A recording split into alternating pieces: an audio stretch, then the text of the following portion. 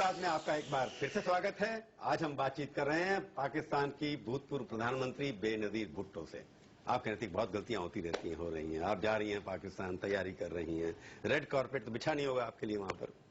नहीं, कोई red carpet तो आवाम की तरफ से तो जरूर होगा। मुशर्रफ साहब जरूर। मैं नहीं, मुशर्रफ साहब क्या करेंगे वो तो मुशर्रफ साहब जवाब दे सकते हैं।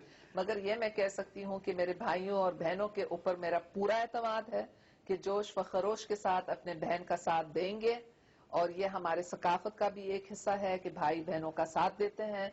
तो मैं पुर उम्मीद हूँ कि मेरे भाई बहन, अगर आप वहां जब उतरेंगे एयरपोर्ट पे, जो भी एयरपोर्ट पे उतरेंगे, आप जाकर 4-5 एयरपोर्ट का प्लान बन रहा है आपका, तो वहां पर आपको कहा जाए कि आप नहीं उतर सकती, जाइए वापस, तो आप वापस आ जाएंगी? नहीं, मुझे कोई डिपोर्ट नहीं कर सकता।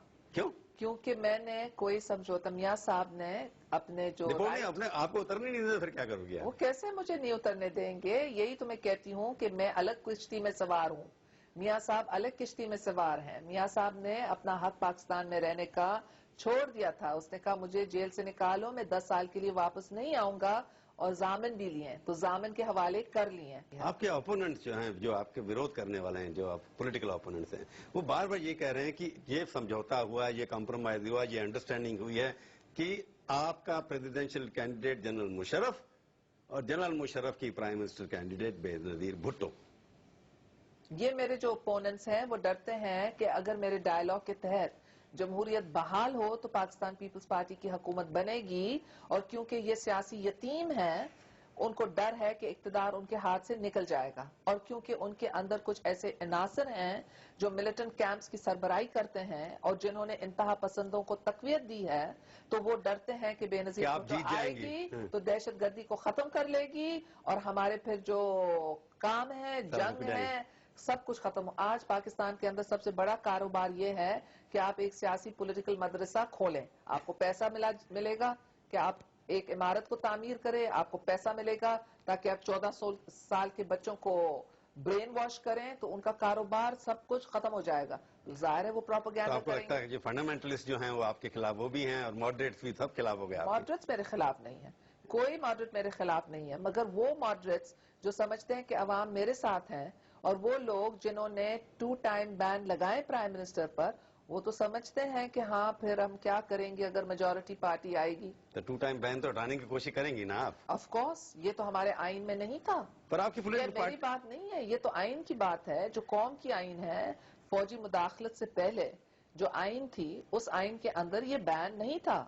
इंग्लैंड के अंदर या इंडिया के अंदर तो आप ये बैन नहीं है। इंडिया की तो आपके यहाँ दो बार से ज्यादा प्राइम मिनिस्टर नहीं बन सकता। तो फौजी हुकूमत ने लॉ लाया। प्रेसिडेंट अमेरिका के अंदर भी 2 बार से ज्यादा नहीं बन सकता। मगर एक चीज प्लीज, सीधी बात हो रही है कि हमारे आइन में ये बैन नहीं था, ये फौजी ने लगाया इसको, तो आप इसको हटाएंगी? क्योंकि बेनजीर को तो प्रधानमंत्री बनना ही है ना, प्राइम मिनिस्टर बनना ही है। मैं प्राइम मिनिस्टर बनूं या ना बनूं, मुझे अवाम के दिल में मोहब्बत चाहिए। आपकी पार्टी ने कुछ अनाउंस किया हो ना आपके बारे में? मेरे पार्टी में मैं प्राइम मिनिस्टर की कैंडिडेट हूं, क्योंकि लोग मुझे चाहते हैं और मेरी पार्टी का कहना है कि अगर आपके ऊपर बंदिश लगाएंगे हम ऑपोजिशन में बैठेंगे, मगर हम किसी और को एज प्राइम मिनिस्टर एक्सेप्ट नहीं करेंगे। आपको लगता नहीं कि अगर आप बिना बातचीत किए, बिना डायलॉग किए, जो आप बार बार कह रही हैं कि पॉपुलर सेंटीमेंट आजकल डिक्टेटरशिप के खिलाफ है, ऐसा अखबारों में पढ़ने? मैं भी डिक्टेटरशिप के खिलाफ नहीं, मैं वही उसी लिए। तो आपको लगता नहीं कि बिना बातचीत किए वो भी आप सड़कों पर डेमोन्स्ट्रेशन करके, जनता को इकट्ठा करके तख्ता पलट नहीं सकते? हाँ, ये बात आपने बहुत अच्छी की। मैं और मियाँ साहब और दूसरों ने इसके ऊपर बहुत बहस की। मेरा ये कहना था कि इलेक्शन से पहले हमें तहरीक नहीं चलानी चाहिए, क्योंकि अगर हम इलेक्शन से पहले चलाएंगे तो हो सकता दूसरा मार्शल लॉ हो या इमरजेंसी हो या इलेक्शंस मुलतवी हो जाएं।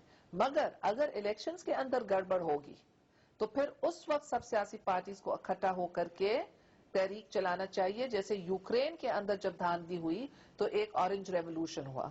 हम फेयर इलेक्शन चाहते हैं। अगर जनरल मुशर्रफ फेयर इलेक्शंस करेंगे तो मुल्क के अंदर इस्तेहकाम होगा और लोग उनकी इज्जत करेंगे।